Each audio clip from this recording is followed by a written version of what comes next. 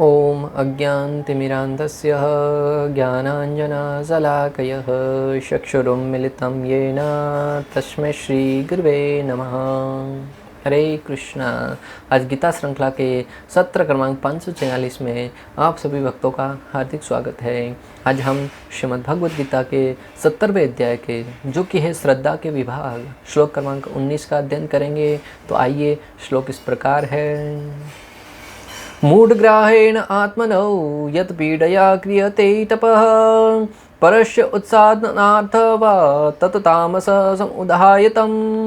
अर्थात भगवान श्री कृष्ण कहते हैं कि मूर्खतावश आत्म उत्पीड़न के लिए या अन्यों को विनष्ट करने या हानि पहुंचाने के लिए जो तपस्या की जाती है वह तामसी कहलाती है। सात्विक तपस्या, राजसिक तपस्या। अब श्लोक क्रमांक 19 में भगवान श्री कृष्ण तामसिक तपस्या का वर्णन करते हुए कह रहे हैं कि ऐसी तपस्या जिसके द्वारा आत्म उत्पीड़न, स्वयं को पीड़ा हो, अन्यों का विनाश हो, ऐसी तपस्या तामसिक कहलाती है। जो अन्यों को हानि पहुंचाने के उद्देश्य से की जाए और ऐसी तपस्या करने में स्वयं को भी विनष्ट कर दिया जाए, स्वयं को भी पीड़ा पहुंचाई जाए, उस तपस्या को तामसिक तपस्या कहा गया है। मूढ़ग्राहेण शब्द आया, मूढ़ग्राहेण विवेकहीनता के कारण जो तपस्या केवल भौतिक भोग प्राप्त करने के दुराग्रह से की जाती है, ऐसी तपस्या मूढ़ग्राहेण। अर्थात ऐसी तपस्या जो मात्र और मात्र विवेकहीनता अर्थात अज्ञानता के कारण और केवल भौतिक भोग प्राप्त करने के उद्देश्य से की जाए, वह तपस्या तामसिक कहलाती है। कई बार आपने देखा होगा कि अनेक तपस्या करने के उद्देश्य से शमशान घाट में जाते हैं, वहाँ पर मुर्दों की पूजा करते हैं, मुर्दों की खोपड़ियों की पूजा करते हैं, अनेक प्रकार की साधना करते हैं, अनेक प्रकार के वहाँ पर बैठकर पीड़ा पहुँचाने वाली कठिन तपस्या करते हैं, रात रात भर जाग कर वहाँ पर अनेक प्रकार की क्रियाएं करते हैं और अनेक प्रकार के मुर्दों से वो कुछ न कुछ सिद्धियाँ भी प्राप्त करते हैं। उनका उद्देश्य क्या है? यहाँ तो उस सिद्धि के बल पर वो अन्यों को हानि पहुँचाएंगे। कैसे? दूसरों के अंदर अनेक प्रकार के दुखों को डालकर। आज आप देखिए, अगर कोई व्यक्ति का दुश्मन है तो वो ऐसे लोगों के पास जाता है जो तांत्रिक हैं और उनके द्वारा उसके जीवन में कुछ न कुछ गलत भूत प्रेत छोड़ने का प्रयास करता है। अगर हमारे अंतःकरण की शुद्धता प्रबल नहीं है, हमारे अंदर जो जिस प्रकार बीमारियों से लड़ने के लिए रोग प्रतिरोधक क्षमता का होना आवश्यक है, अगर हमारी रोग प्रतिरोधक क्षमता अच्छी होगी, सुदृढ़ होगी, तो छोटे मोटे रोग हैं वो हम पर हावी नहीं होंगे। कोरोना काल में आपने देखा होगा कई व्यक्तियों को 1 बार, 2 बार, 3 बार कोरोना हो चुका है और कई ऐसे लोग हैं जिनको 1 बार भी नहीं हुआ। कारण किसी की रोग प्रतिरोधक क्षमता सुदृढ़ है, किसी की रोग प्रतिरोधक क्षमता है वो कमजोर है। उसी प्रकार हमारी जो आध्यात्मिक सुदृढ़ता कितनी मजबूत है वो हमारे ऊपर नेगेटिव एनर्जी को प्रभाव डालने पर निर्भर करेगी। अगर आपकी आध्यात्मिक क्षमता सुदृढ़ है, आपके अंदर हरिनाम का प्रभाव है, आपने शास्त्रों का श्रवण करके प्रतिदिन अगर आप भगवान श्री कृष्ण के दिव्य नाम हरे कृष्णा कृष्ण कृष्ण हरे हरे, हरे राम राम राम हरे हरे, अगर इन दिव्य नामों का जप करते हैं तो दुनिया की कोई ताकत नहीं जो आपके ऊपर किसी प्रकार का भूत प्रेत छोड़ सके। आज तक आपने कभी सुना कि भगवान श्री कृष्ण का भक्त था, उसके ऊपर भूत प्रेत हावी हो गया? आज तक आपने सुना कि प्रभु श्री रामचंद्र या भगवान श्री कृष्ण के मंदिर में किसी प्रकार के भूत प्रेतों ने वहां पर घूमते हुए नजर आ रहे हैं, किसी प्रकार की क्रिया करते हुए नजर आते हैं? अनेक मंदिर, देवी देवताओं के मंदिर में हम देखते हैं कि लोग दूर दूर से वहां पर भूतों को भगाने के उद्देश्य से आते हैं। वो उनके भक्त होते हैं, फिर भी उनको भूत है वो सताते हैं। परंतु भगवान श्री कृष्ण के नाम में वो शक्ति है, भगवान श्री रामचंद्र के नाम में वो शक्ति है भक्तों, जिसका नाम का उच्चारण करने मात्र से भूत प्रेत तो छोड़ो, बड़े बड़ी नेगेटिव एनर्जी है वो दूर दूर तक ठहरती नहीं है। भक्ति विनोद ठाकुर जी का दृष्टांत आता है भक्तों कि उनके अंदर इतनी आध्यात्मिक शक्ति थी कि किसी तांत्रिक ने उनके ऊपर मृत्यु देने वाला प्रेत छोड़ा था, परंतु उनकी दिव्यता तो देखिए, भक्ति का आवरण चारों ओर ऐसा हो गया, वो प्रेत उनके चारों ओर प्रदक्षिणा करके जाकर जिस तांत्रिक ने उसको छोड़ा था उसी को ही समाप्त कर दिया। अतः भक्तों, आज के समाज में जहाँ एक और लोग अनेक प्रकार के भूत प्रेतों से दुखी हैं, वहाँ पर भक्त हैं वो भगवान के दिव्य नामों में जप करने में प्रसन्न रहते हैं। प्रतिदिन हमें करना क्या है? भगवान के दिव्य नामों का जप संख्या पूर्वक करना है और जीवन में आने वाले ऐसे अनेक विघ्नों को आप दूर कर देंगे। जब किसी के घर में ऐसी सायां आती हैं, ऐसा प्रेत आता है, वो कई बाबाओं के पास, कई भोपाओं के पास, कई मौलाना मौलवियों के पास घूमते रहते हैं और जीवन बर्बाद हो जाता है। व्यक्ति व्यापार से छूट जाता है, परिवार में अनेक प्रकार के कलह हो जाते हैं। ऐसे कई लोगों को हमने देखा है भक्तों, जो ऐसी समस्याओं में पड़ने के बाद जीवन से उबर नहीं पाए, परंतु उनसे कहा जाए कि हरिनाम का जप करो, वो नहीं कर पाते हैं। दूर दूर तक बाबाओं के पास जाएंगे, फूफाओं के पास जाएंगे, परंतु हरिनाम का जप करने के लिए कहा जाए नहीं करते हैं।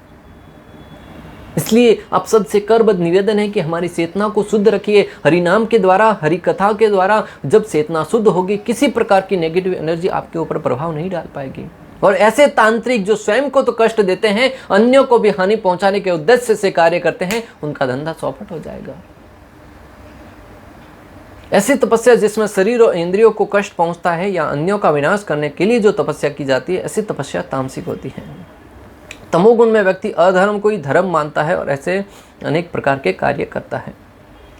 तमोगुण के प्रभाव में आकर व्यक्ति जो अधार्मिक कार्य हैं उनको ही अपना धर्म मान बैठता है और उसमें रहकर वो ऐसे अनेक कार्य करता है जिससे अनेक लोगों का हानि पहुंचे। जिस प्रकार आज के वैज्ञानिक लोग कर रहे हैं, एटम बम बनाना, अनेक प्रकार के रासायनिक हथियार बनाना, देखा जाए तो एक प्रकार की तपस्या है भक्तों। जीवन पूरा का पूरा उसमें लगा देते हैं, कब लैब में घुसते हैं, कब बाहर निकलते हैं, 10-10, 15-15 वर्ष तक उसी में लगे रहते हैं। जहाँ उनका जीवन है वो अनेक प्रकार का घूमने फिरने में समय लगाना चाहिए, वो पूरा का पूरा यंत्रों के साथ समय बिताते हैं। एक तरीके से देखा जाए तो तपस्या है। खाना पीने का भी कोई भान नहीं रहता है, परंतु उसका परिणाम क्या होता है? अनेक प्रकार के परमाणु बम बनाते हैं। उससे क्या लाभ होगा? बड़े बड़े देश के देश तबाह कर दिए जाते हैं। प्रथम और द्वितीय विश्व युद्ध इतिहास गवाह भक्तों, ऐसे अनेक देश हैं जहां पर परमाणु बम का उपयोग किया गया। वहां की नस्लें, वहां के जीव आज भी लूले लंगड़े पैदा होते हैं। क्या उससे कुछ लाभ हुआ? मात्र और मात्र किसी व्यक्ति की सनक पूरी करने के लिए, मात्र और मात्र किसी व्यक्ति के द्वेष को, किसी से द्वेष लेने के लिए, किसी से दुश्मनी को खत्म करने के लिए या किसी से बदला लेने के उद्देश्य से इतना बड़ा प्रयोग किया जाता है कि सामने वाले आने वाली कई पीढ़ियों तक वहाँ देश है वो पूर्ण रूप से लाचार और बेबस नजर आ रहा है। क्या लाभ ऐसी तपस्या का? क्या फायदा ऐसी प्रकार के अनेक उपकरणों के निर्माण का?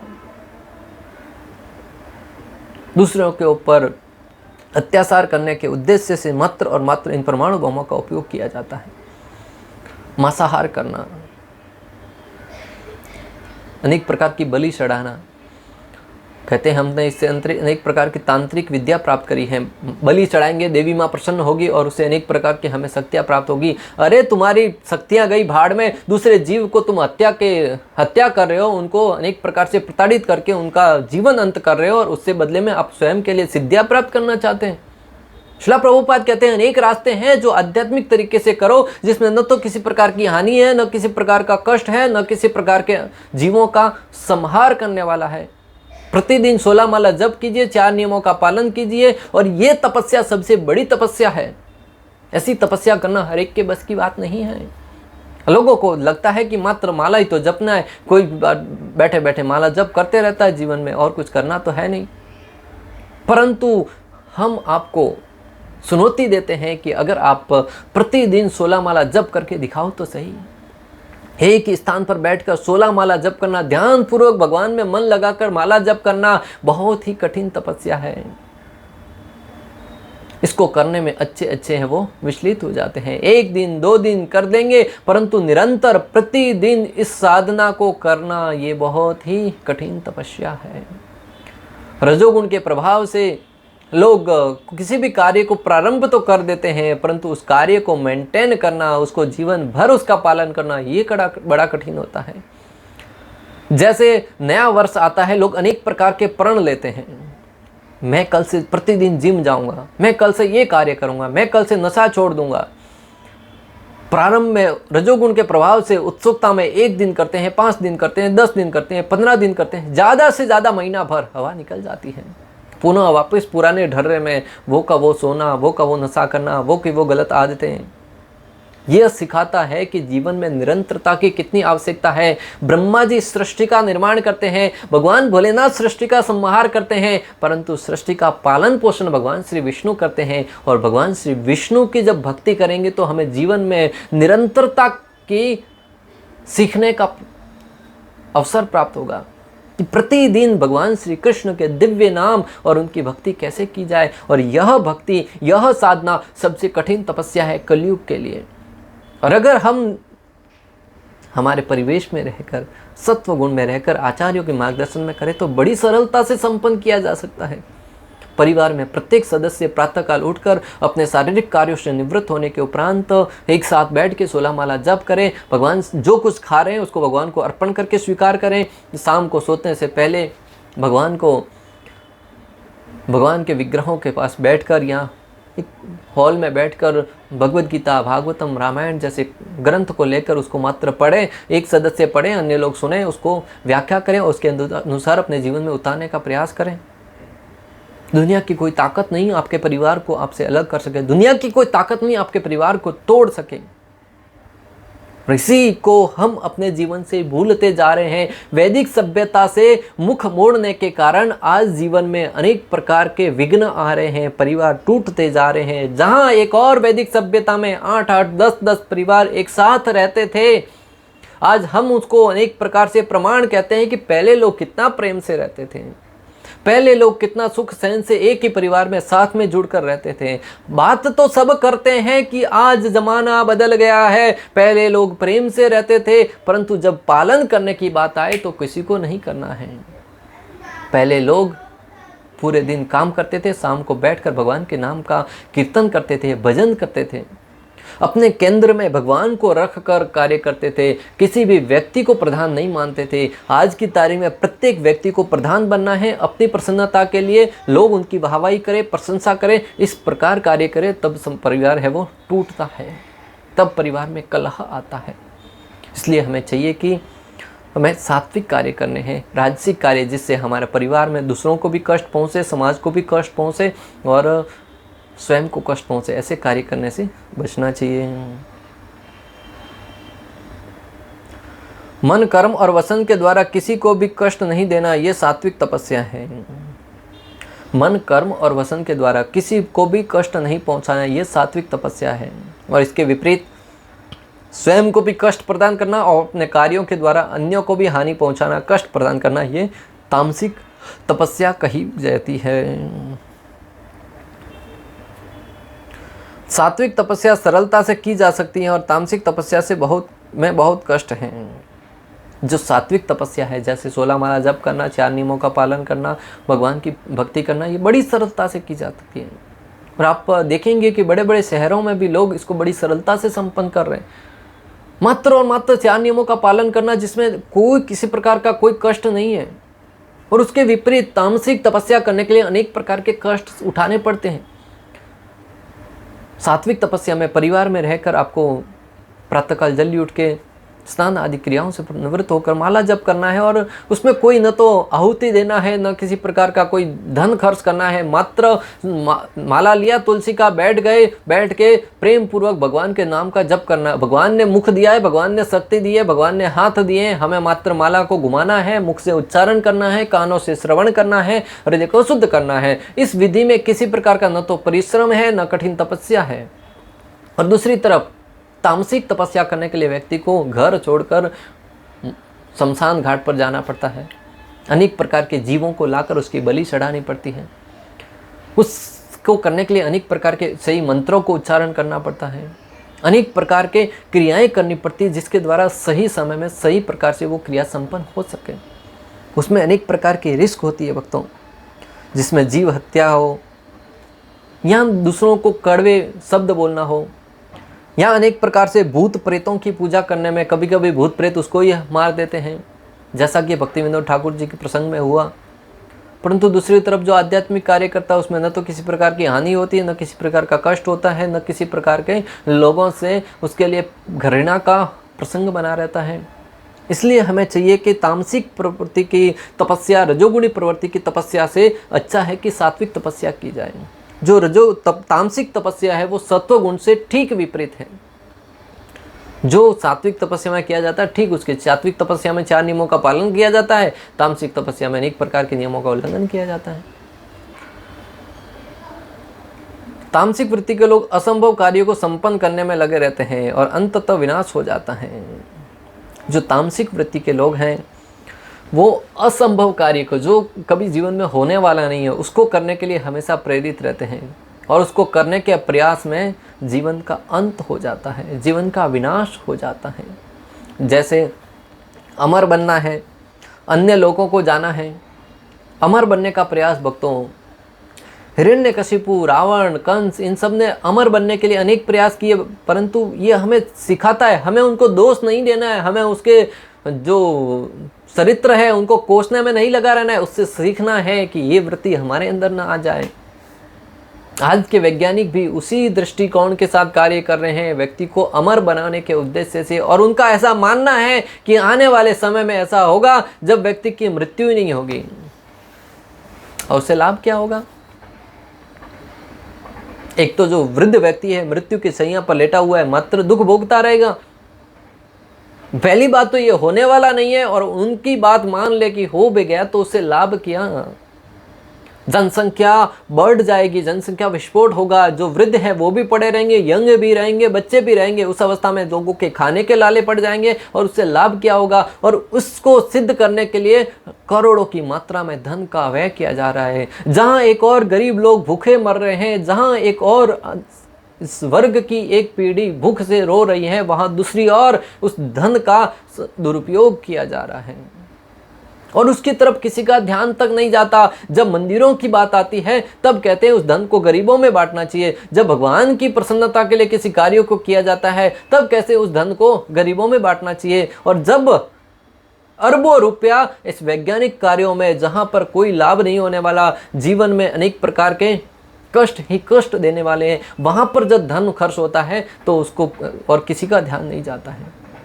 जैसे मृत्यु को ऊपर विजय प्राप्त करने के लिए प्रयासरत कार्य, अन्य लोकों पर जाने के लिए, हम तो मंगल ग्रह पर जा गए, चंद्र ग्रह पर चले जाएंगे, सूर्य ग्रह पर चले जाएंगे। अरे लोगों के जीवन में मंगल है कि नहीं इसकी कोई किसी को नहीं पड़ी है, परंतु मंगल पर जीवन है कि नहीं उसके लिए प्रयासरत है। किसी ने पूछा कि आप मंगल ग्रह पर जीवन ढूंढ रहे हैं, मिल गया तो क्या करेंगे? बोले लोगों को वहां पर बचाएंगे। लो कर लो बात। इस जीवन में लोग यहाँ पर इस जगत में सुखी ही नहीं है और वहाँ पे मंगल ग्रह पर जीवन बचाएंगे, क्या लाभ होगा? इस जगत में जो समुद्र का खारा पानी उसको मीठा बनाने के लिए प्रयासरत हो, उसके ऊपर कुछ शोध कीजिए, कुछ परीक्षण कीजिए। अगर उसको मीठा बना दिया तो लोगों के जीवन का शुद्धिकरण हो जाएगा, पीने में काम आएगा। और लोग मंगल ग्रह पर जीवन ढूंढ रहे हैं, इस शरीर में अन्य लोगों पर जाने के लिए प्रयासरत हो रहे हैं, उससे कोई लाभ नहीं होने वाला। ये मात्र और मात्र तामसिक तपस्या ही मानसिक मात्र और मात्र तामसिक वृत्ति है, जहां अज्ञानता के कारण व्यक्ति को सही और गलत का ज्ञान तक नहीं है। और बड़े बड़े बुद्धिजीवी जो अपने आप को बड़े बुद्धिमान मानते हैं वो भी इस कार्य को उचित ठहराते हैं और उसकी प्रशंसा करते हैं। श्री प्रभुपाद इसकी घोर भर्त्सना करते थे कि ये पूर्ण रूप से पशु वृत्ति है।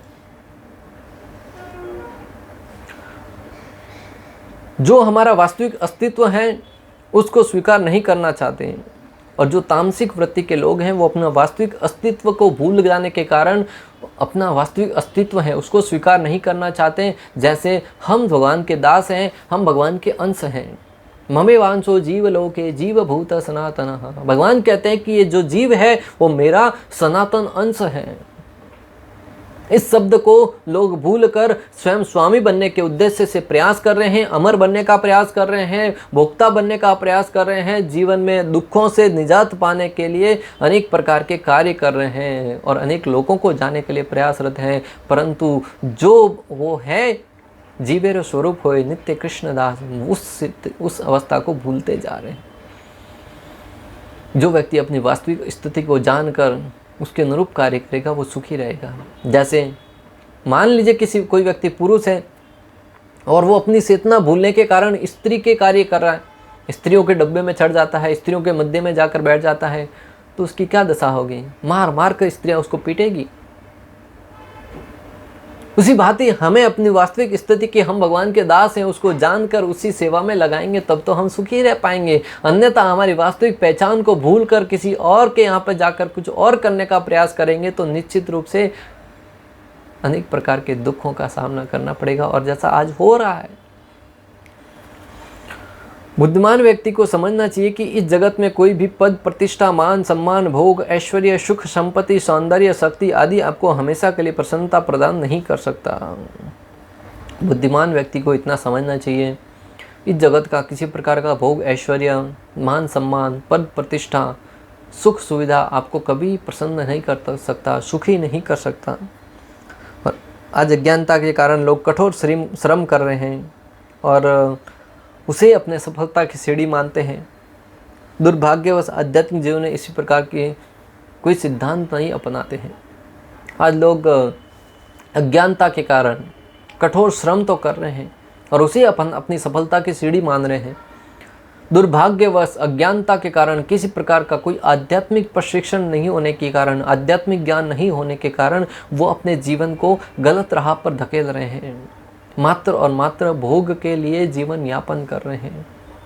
जीवन मिला था आत्म साक्षात्कार के लिए, जीवन मिला था अथा तो ब्रह्म जिज्ञासा के लिए, और विशेष रूप से मानव जीवन, उस मानव जीवन का दुरुपयोग करते हुए, तामसिक वृत्ति की कार्य करते हुए जीवन में रहते हुए दुख भोग रहे हैं और जीवन के पर्यंत अनेक प्रकार की नीच योनि में प्रवेश करके जीवन को दुखी और प्रताड़ित, कष्ट में और अनेक प्रकार के दुखों से भरा हुआ बनाना चाह रहे हैं।